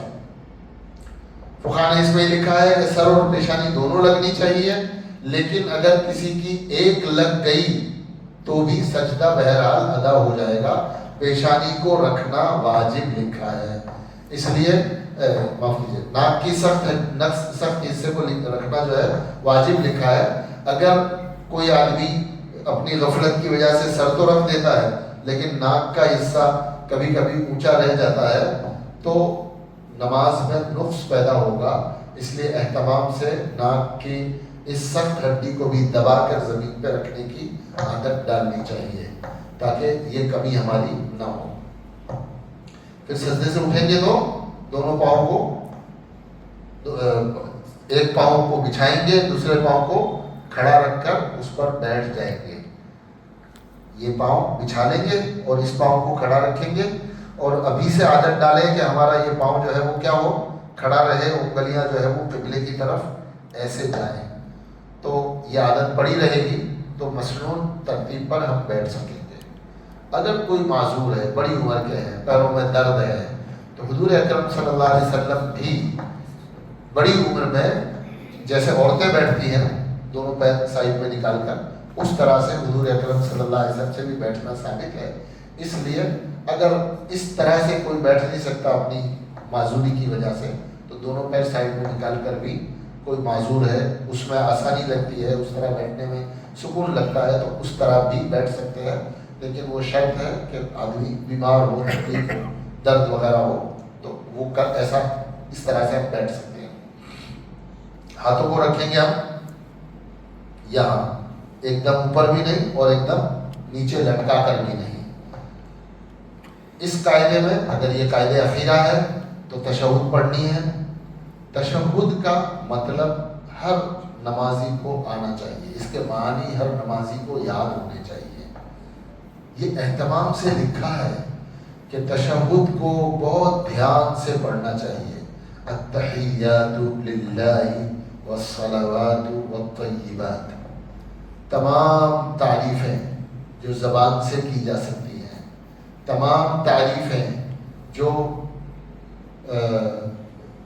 دعا کے ذریعے کی جا سکتی ہیں، اور تمام نیکیاں جو مال خرچ کر کے کی جا سکتی ہیں وہ اللہ ہی کے لیے ہیں. ان الفاظ کا تحیات للہ والصلوات والطیبات، پاکیزہ مال، ہماری دعائیں اور ہماری زبان سے نکلنے والے تعریف کے کلمات سب اللہ کے لیے ہیں. السلام علیک ایھا النبی ورحمۃ اللہ وبرکاتہ. اے نبی جی آپ پر سلام ہو. آپ پر درود شریف کی فضیلت کی ہم کتنی بات کرتے ہیں، درود شریف پڑھنے کا کتنا اہتمام کرنے کو کہتے ہیں. نماز میں اللہ نے ایک موقع دیا ہے جس میں ہم براہ راست کہتے ہیں السلام علیک ایھا النبی. اے نبی جی آپ پر سلامتی ہو اور اللہ کی رحمتیں ہوں، اللہ کی برکتیں ہوں. پھر اس کے بعد ہے السلام علینا وعلی عباد اللہ الصالحین. اللہ تعالیٰ کی طرف سے سلامتی بھیجی گئی کہ سلامتی ہو ہم سب پر. اگر ایک آدمی جماعت سے نماز پڑھ رہا ہے تو ہر آدمی کہہ رہا ہے ہم سب پر سلامتی ہو، ہم سب پر سلامتی ہو، ہم سب پر سلامتی ہو. وعلی عباد اللہ الصالحین، اور اللہ کے نیک بندوں پر. تو سلامتی کی دعا کن کے لیے کی گئی؟ اللہ کے نیک بندوں کے لیے. اور نیکی کا کم سے کم درجہ یہ ہے کہ آدمی مسلمان نمازی ہو. نیکی کا کم سے کم درجہ کیا ہے؟ کہ مسلمان کیا ہو؟ نمازی ہو. اسی لیے حدیث پاک میں آتا ہے نا کہ بے نماز یعنی اللہ کے نیک بندوں کی دعا میں بے نمازی کو کچھ بھی حصہ نہیں ملتا. جو آدمی نماز نہیں پڑھتا، سارے لوگ ایمان والوں کے لیے دعائیں کرتے ہیں کہ بے نمازی کو اس کا کچھ بھی نہیں ملتا. تو ہم سب نے دعا کی السلام علینا وعلی عباد اللہ الصالحین کا، اس کا اچھا اثر بے نمازی کو نہیں ہوگا. اور نمازی جہاں بھی ہے وہ دعا اس کو پہنچے گی. اشہد ان لا الہ الا اللہ واشہد ان محمدا عبدہ ورسولہ. اشہد ان لا پر انگلی اٹھائیں گے اور الا اللہ پر انگلی رکھ دیں گے، اور اس کے بعد درود پاک ہے اللہم صلی علی محمد وعلی آل محمد کما صلیت علی ابراہیم وعلی آل ابراہیم انک حمید مجید. اس کے بعد دعائے معصورہ ہے اللہم انی ظلمت نفسی ظلما کثیرا. یہ دعا ہے. اس کے بعد بھی کوئی دعا اگر مانگنا چاہے آدمی تو وہ دعا جو قرآن میں ہے یا وہ جو دعا جو حدیثوں میں ہے، جو اللہ کے نبی صلی اللہ علیہ وسلم نے مانگ کے دکھائی ہے، ایسی کوئی مسنون دعا اگر آدمی اضافہ کرنا چاہے نفل نمازوں میں، تہجد کی نماز میں، اپنی ذاتی نمازوں میں، تو ایسی دعاؤں کا اضافہ کر سکتے ہیں اپنی زبان سے، چاہے عربی ہی میں بنائیں ہم. ایک آدمی عربی جانتا ہے، عربی میں دعا بنا سکتا ہے، عربی بولنا آتا ہے اس کو، تو وہ عربی زبان میں اپنی زبان سے اپنے الفاظ سے دعا بنا کر نماز میں نہیں مانگے گا، اس سے نماز ٹوٹ جاتی ہے، اس سے نماز ٹوٹ جاتی ہے. جو مسنون دعائیں ہیں وہ مانگ سکتے ہیں، جو قرآن پاک کی دعائیں ہیں وہ ہم اپنی نماز میں اضافہ کر سکتے ہیں. تو جب یکسوئی کی نماز ہو، تنہائی میں آدمی نماز پڑھ رہا ہے، تہجد میں نماز پڑھ رہا ہے، تو کچھ دعائیں جو ہمیں یاد ہوں اچھا ہے ہم اس میں اس کا اضافہ کریں. اس کے بعد السلام علیکم ورحمۃ اللہ، السلام علیکم ورحمۃ اللہ، پہلا سلام پھیرنے سے ہماری نماز جو ہے وہ پوری ہو جاتی ہے اور ہم فرض اور واجب اور مسنون عمل ادا کر کے نماز سے باہر آ جاتے ہیں. یہ ہو گئی ہماری نماز. فجر اور عصر کے بعد بیٹھ سکتے ہیں، فجر اور عصر کی نماز کے بعد اطمینان سے بیٹھ سکتے ہیں. باقی 3 نمازوں کے بعد حکم یہ ہے کہ زیادہ دیر نہ بیٹھے، مختصر مسنون دعا یا مختصر مسنون ذکر کر کے سنتیں پڑھنے کی فکر کریں. دیر تک بیٹھنا اور پھر بعد میں سنتیں پڑھنا اس کو پسند نہیں کیا گیا ہے. مختصر مسنون ذکر ہو یا مختصر دعا ہو، اس کے بعد آدمی اپنی سنتیں ادا کرے. پہلے سنتیں ادا کر لے، اس کے بعد دعا مانگنی ہے تو دعا کا اہتمام بعد میں کیا جا سکتا ہے. فجر اور عصر کی نماز کے بعد مسنون دوسری نماز نہیں ہے، اس لیے اس کے بعد ہم بیٹھ سکتے ہیں، اپنا ذکر کر سکتے ہیں، دعا مانگ سکتے ہیں، اس میں کوئی حرج نہیں ہے. یہ جو ترتیب میں نے جس طرح مناسب سمجھا آپ کو پیش کیا. اس میں کوئی سوالات ہیں نماز آپ اس درمیان میں جو کچھ آپ نے سنا اس میں کوئی سوال پیدا ہے یا کچھ پوچھنا کرنا ہو تو سوال کر سکتے ہیں. کون سی حرکات سے نماز ٹوٹ جائے گی؟ نماز کے درمیان کتنے ادھر ہاتھ پھیلا دے ادھر. جی چلیے، اچھا وہ یاد آ گیا. اور بول دیجیے. سجدے کا کیا کہ بھائی 4 رکعت پڑھتے ہیں تو 8 سجدے ضروری ہے. کبھی ایک رکعت میں ایک سجدہ چھوٹ گیا تو اس کو آپ نے دہرانے کا کیا تو دوسری رکعت میں، تیسری رکعت میں، چوتھی رکعت میں 3 سجدے کر لیں گے. ہاں اس کو پچھلے والے کو پورا کر لیں. زیادہ کا سجدہ کر لیں. دوسری بات کی رکعت ایک سجدہ چھوٹ گیا تو تیسری رکعت میں 3 سجدے میں جی نہیں تو فرض چھوٹ جائے گا. پھر آپ کا ایک سجدہ ایکسٹرا بھی کریں گے، سجدے سہو بھی کریں گے، تب نماز صحیح ہوگی. اچھا اسی طرح 4 رکعت کی نیت کی اور 2 رکعت 3 رکعت ہوئی اور یاد نہیں رہا کہ 1 رکعت 3 ہوئی کہ 4 ہوئی کہ 2 ہوئی. اس ٹائم پہ کیا کرنا چاہیے؟ وہ کافی لاسٹ ٹائم پہ کنفیوژن رہتا ہے، یاد نہیں ہوتا. اس میں جواب یہ ہے کہ اگر ایسی بھول بہت ریئر آپ کو پیش آتی ہے تو آپ نماز توڑ دو، دوبارہ نماز پڑھ لو، اس میں کچھ بھی سوچنا نہیں ہے. لیکن بیماری کی وجہ سے، عمر کی وجہ سے ایسی غلطی اگر ہر تھوڑے دن میں ہوتی ہے یا بار بار ہوتی ہے تو پھر اس میں یہ سوچنا ہے ہم کو اپنے ہی سوچ سے کہ 2 ہوئی ہیں یا 3 ہوئی ہیں، یا 3 ہوئی ہیں یا 4 ہوئی ہیں. تو اس میں سوچنے کے بعد جو بھی آپ سوچو کہ کون سی صورتیں میں نے پڑھی یا کیا حرکات ایسی کی جس سے مجھے یاد آیا کہ بھئی 3 ہوئی ہے یا 4 ہوئی ہے، وہ آپ اپنے طور پہ سوچ کے پھر جو بھی جس چیز پر بھی آپ کی طبیعت جم جائے اس پر آپ عمل کر کے باقی نماز اگر لگتا ہے کہ 2 ہوئی ہے تو 2 ملا کے پوری کریں گے، 3 ہوئی ہے تو 1 ملا کر اپنی نماز پوری کر لیں گے. کے بعد ایک رکعت پھر چلی گئی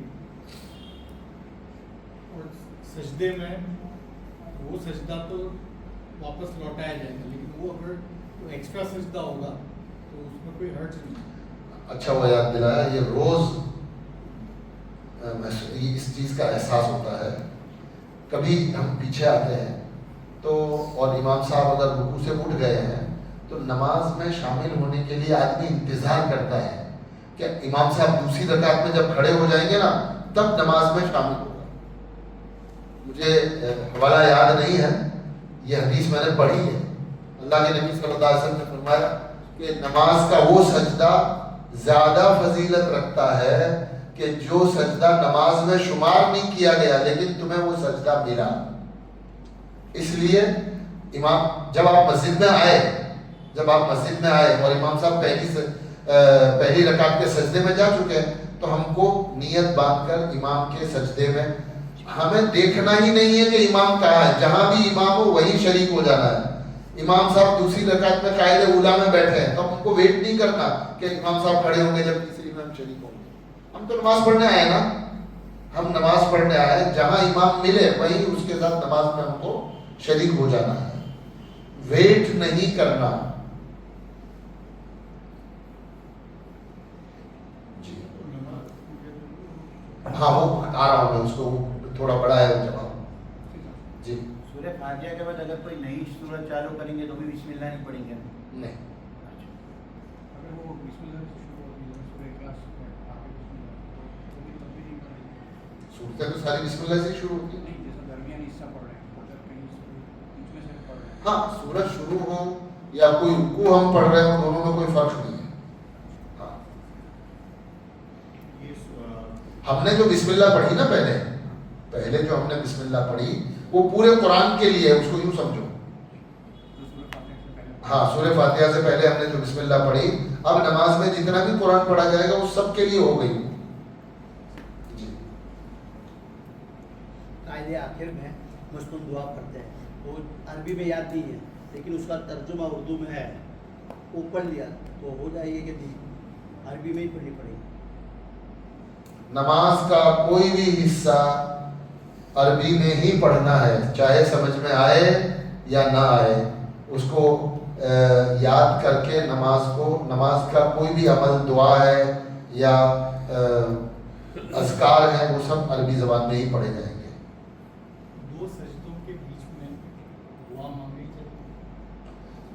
مستحب ہے، دعا ہے، اللہم اغفر لی ورحمنی وعافنی واہدنی واجبرنی، ایک مسنون دعا ہے تو اپنی نفل نمازوں میں ہم پڑھیں، بس مستحب ہے. اور فرض میں امام کے پیچھے تو چونکہ امام وقت نہیں دے گا آپ کو اتنا پڑھنے کا، تو جتنا پڑھ سکتے ہیں پڑھ لیں.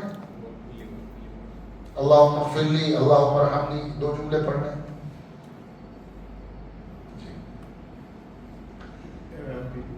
جو سورت ملانے کی بات ہے، ہاں پہلی رکعت سے دوسری رکعت میں فلک قرآن کی کلوز ہو گئی، اس میں آگے پیچھے ہو جائے تو کہ نہیں کرنی پڑے؟ جان کر کے نہ کرنا چاہیے. انجانے میں کر لیا کہ بھائی کسی نے نماز شروع کی اور پہلے ہی قل اعوذ بالناس پڑھ لی تو کوئی حرج نہیں ہے، بعد میں قل اعوذ بالفلق پڑھ لو، قل هو اللہ پڑھ لو. جان کر کے نہیں کرنا چاہیے، جان کر کے یہ ہے کہ بھائی ترتیب سے پڑھو، کوئی گناہ نہیں ہے اگر کبھی ایسا ہو گیا تو. اب ان چیزوں کا ہم ذکر کر لیتے ہیں جن سے نماز ٹوٹ جاتی ہے. نماز توڑنے والے اعمال 2 قسم کے ہیں، ایک وہ ہیں جو زبان سے صادر ہوتے ہیں اور ایک وہ ہے جو آدمی اپنے عمل سے کرتا ہے. زبان سے صادر ہونے والا کوئی عمل، جیسے میں نے کہا کہ کوئی اردو کا جملہ نماز میں بول دیا، اردو زبان میں کوئی بھی جملہ آپ نے نماز میں بول دیا، یا کسی کے سلام کا جواب دے دیا، کسی سے بات کر لی، تو اس سے نماز ٹوٹ جائے گی. نماز میں نہیں بولا جانے والا بول اپنی زبان میں آپ جب نماز میں بولتے ہو تو نماز ٹوٹ جاتی ہے، چاہے وہ کچھ بھی ہو. ایون فقہاء نے لکھا ہے کہ اگر کسی نے چھینک کھائی، بازو میں نمازی نے چھینک کھایا، چھینک، اور تمہارے منہ سے بے تکلف الحمدللہ یرحمک اللہ نکل گیا، یا اس نے ہی الحمدللہ کہہ دیا چھینک کھانے والے نے، تو چونکہ وہ الحمدللہ اگر نماز میں پڑھنے کی نیت سے پڑھتے تو نماز نہیں ٹوٹتی، لیکن چھینک کھانے کی وجہ سے میں نے الحمدللہ کہا ہے تو میری نماز گئی، اور بازو میں جس نے یرحمک اللہ کہا اس کی بھی نماز گئی. نماز کے باہر کا کوئی بھی عمل نماز میں اگر بولا جائے گا، عربی زبان کا ہوگا تو بھی نماز ٹوٹ جائے گی. ہاں بالکل اپنے عمل سے نماز ٹوٹ جائے اس میں بولنا تو ہے، اس کے بعد زور سے ہنسنا، ایسی طریقے سے ہنسنا کہ جس سے میرے ہنسنے کی آواز پڑوسی کو محسوس ہو جائے. اس سے کیا ہوتا ہے؟ نماز ٹوٹ جاتی ہے نا؟ نہیں، وضو بھی ٹوٹ جاتا ہے، نماز بھی ٹوٹ جائے. وضو ٹوٹ جائے گا تو نماز ٹوٹ جائے گی. تو جن چیزوں سے وضو ٹوٹ جاتا ہے ان چیزوں سے نماز بھی ٹوٹ جائے گی. تو ظاہر سی بات ہے ریا خارج ہو گئی، یا ایسی کوئی بات بول دی، خون نکل آیا، اور کیا کہا آپ نے؟ ہنس لیے. تو ان ساری چیزوں سے نماز وضو ٹوٹ جاتا ہے. یہ بات تھوڑا سا آپ کو سمجھا دوں کہ کہیں کہیں ایسا ہے کہ وضو ٹوٹ گیا تو ہم جا کے وضو کر کے آ بھی سکتے ہیں، لیکن وہ مسئلہ تھوڑا کمپلیکیٹڈ ہے. اس لیے وہ مسئلہ ہم آپ کو سیدھا اتنا ہی بول دیتے ہیں کہ جن چیزوں سے وضو ٹوٹ جاتا ہے وہ اگر نماز میں ہو گئی تو آپ کی نماز بھی گئی. آپ تسلی سے کسی کے پاس بیٹھ کر نماز میں وضو جب ٹوٹ جاتا ہے تو کیسے نماز کو وضو کر کے آگے کنٹینیو کرنا، وہ اس کا مسئلہ ہے، وہ کر سکتے ہیں، لیکن وہ تھوڑا سا پیچیدہ ہے، تھوڑا باریک ہے. ہر آدمی اس کو عام مجمع میں نہیں سمجھ سکتا. اس لیے آپ اتنا ہی سمجھو کہ وضو گیا تو نماز بھی ہماری چلی گئی. اس کے علاوہ اپنی نقل و حرکت سے اگر سینہ قبلے سے پھرا دیا ہم نے، چہرہ ادھر ادھر کرنے سے نماز نہیں ٹوٹتی، لیکن سینہ قبلے سے پھر گیا تو ہماری نماز ٹوٹ جائے گی.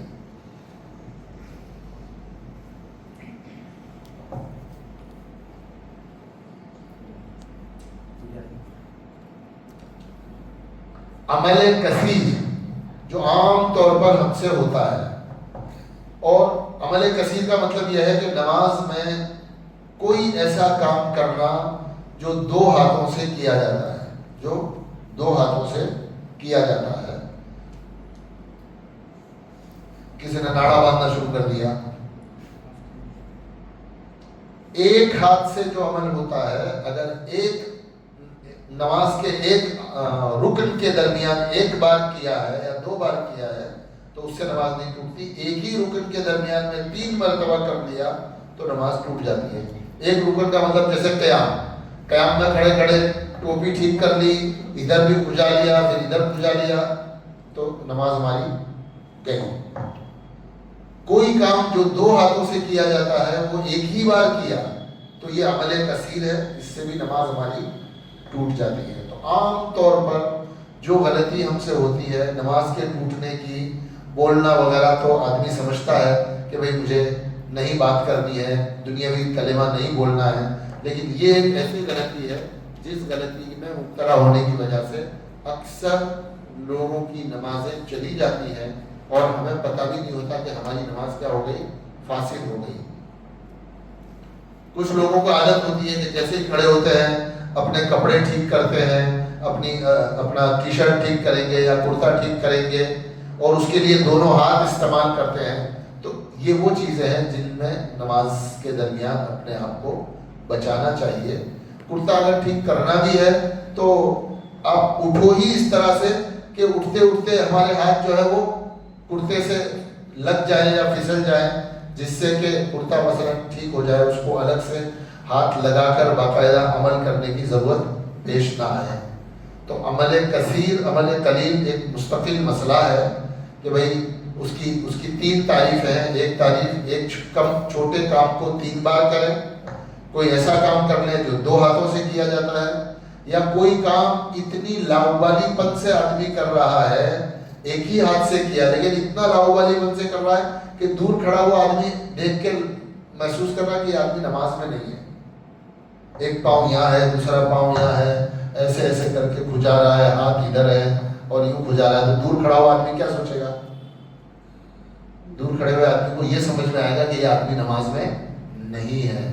تو اس حیت میں کھجانا، اس حیت میں ہاتھ ادھر ادھر کرنا، نقل و حرکت کرنا، اس سے بھی ہماری نماز ٹوٹ جاتی ہے.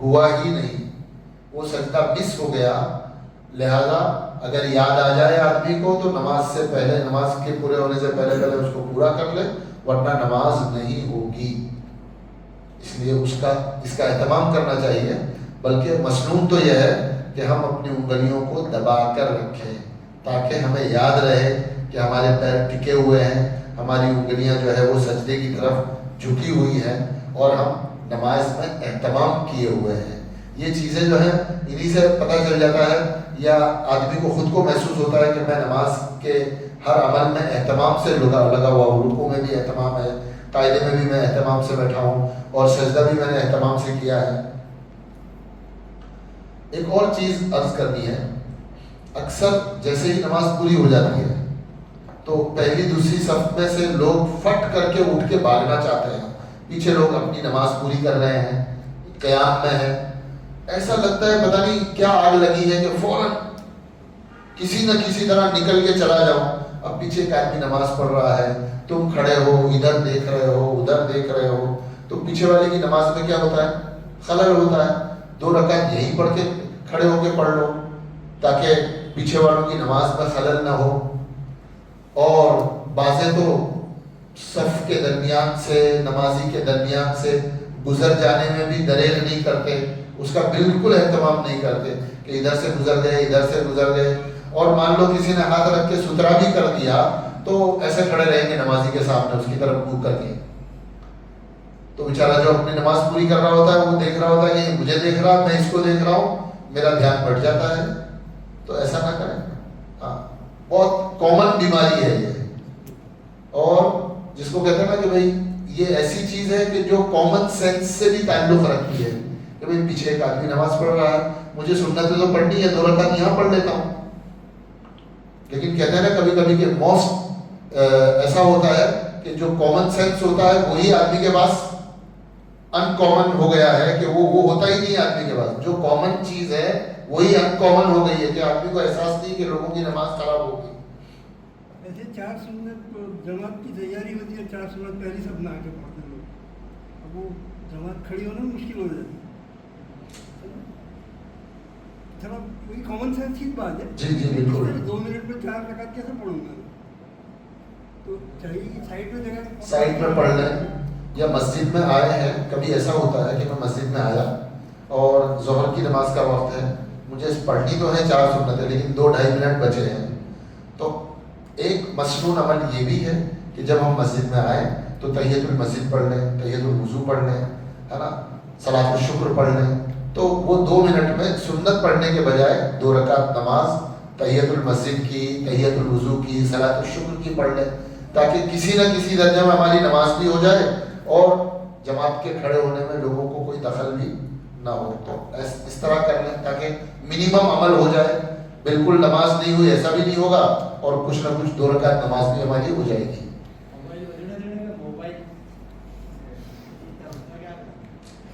اگر نماز کے درمیان بھول گئے اور گھنٹی بج گئی تو کسی بھی صورت میں آپ ایک عمل قلیل سے نماز بند کر اس کو بند کر دیں، دوسرے لوگوں کی نماز خراب نہ کریں. اور اگر عمل قلیل سے آپ کا موبائل بند نہیں ہو سکتا، عمل قلیل سے آپ کا اتنی ٹائٹ پینٹ پہنی ہوتی ہے نا کہ وہ نکل ہی نہیں سکتا ایک ہاتھ سے جب تک کہ دونوں ہاتھ نہ لگائے جائیں اس کو نکالنے کے لیے، تو آپ نماز توڑ دو، لوگوں کی نماز خراب مت کرو. کتنے لوگوں کو نفل میں سنتوں میں زور زور سے وہ قرات کرنے کی وہ ہوتی ہے، اب وہ بازو میں پڑھتے ہیں تو ڈسٹربنس یعنی تھوڑا اور رہتا ہے. اس کا خیال رکھنا چاہیے.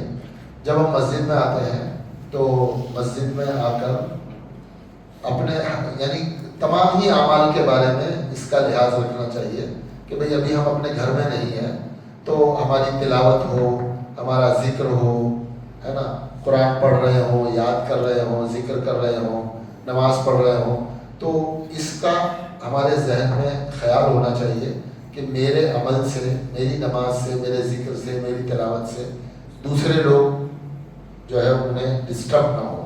اب چاہے وہ نماز پڑھ رہے ہوں چاہے ذکر کر رہے ہوں، اس کا دھیان رکھنا چاہیے. اللہ کے نبی صلی اللہ علیہ وسلم نے ایک صاحب کو غصے میں فرمایا تھا کہ آہستہ پڑھ لو، اللہ تعالیٰ تمہارے آہستہ پڑھنے سے بھی تمہاری تلاوت سن لیں گے، بہرے نہیں ہے اللہ۔ ایسا سخت جملہ کسی موقع پر اللہ کے نبی صلی اللہ علیہ وسلم نے کسی کو کہا تھا کہ بھئی اللہ بہرے نہیں ہے، تمہاری تلاوت کو آہستہ پڑھو گے تو بھی سن لیں گے۔ وہ شاید اسی وجہ سے کہا تھا کہ مسجد میں دوسرے لوگ موجود تھے اور ان کے خلل کی وجہ سے آپ نے ایسی بات کہی تھی، تو تھوڑا خیال رکھنا چاہیے سب کو ہی۔ پہلی سب میں ہوگا نا رسول گئی تو کیا کریں گے؟ امام جاتے ہیں ہم تو بیٹھ جاتے ہیں۔ نہیں، بیٹھنا نہیں چاہیے۔ ان کے بھی جاتے ہیں۔ آپ جہاں کھڑے ہو وہاں سے، جہاں کھڑے ہو وہیں سے سیدھے نکل جاؤ۔ ہاں، جتنی بھی سفر ہو، ہاں آپ جہاں کھڑے ہو، یہ ایسا ہے کہ ایمرجنسی میں کوئی آدمی نکلنا چاہے، کسی کو نکسیر آ گئی یا کوئی بھی تکلیف ہو گئی تو آپ نکلنا چاہو گے تو لوگ تھوڑے بہت ادھر ادھر ہو جائیں گے، آپ کو جگہ دے دیں گے۔ تو وضو ٹوٹ گیا ہے تو آپ فوراً سیدھے جائیں۔ حدیث میں یہ بھی ہے کہ چاہے ہوا نکلی ہو اس سے وضو ٹوٹا ہو، لیکن آپ ایسا کر لو تاکہ لوگ یہ سمجھیں کہ اس کو نکسیر آ گئی ہے اور تمہیں جلدی سے جگہ دے دیں، تو کوئی آپ سے بدگمانی بھی نہیں کرے گا، سمجھے گا اس کو کوئی عذر پیش آ گیا ہے، تو آدمی جلدی سے آپ کو نماز میں جگہ دینے میں کوئی حرج نہیں ہے۔ آگے جگہ ہوئی تو پیچھے والے کیا کیا جائے گا؟ یہ سارے مسائل جو ہے نا وہ کنٹینیو کریں، 11 بج گئے تھوڑا چلو چلیں، ٹھیک ہے۔ تو اس میں اور بھی مسائل ہیں، جیسے ایک آدمی نماز پڑھ رہا ہے نا،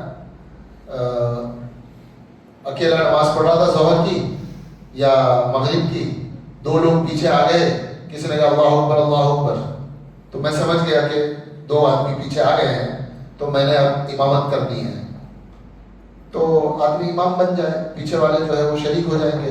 میں آدھی الحمد شریف پڑھ چکا تھا، تو مجھے نئی الحمد شروع کرنی ہے اور زور سے تکبیر پڑھنی ہے۔ یا مثال کے طور پر ایک آدمی جہاں یہ ہارون بھائی بیٹھے وہاں کھڑا ہے اور پیچھے یعنی اس سے بھی پچھلی صف میں، اور دو آدمی مقتدی آ گئے تو وہ تو کہاں کھڑے ہوں گے، تو آپ کو کیا کرنا پڑے گا، ایک صف آگے آنا پڑے گا۔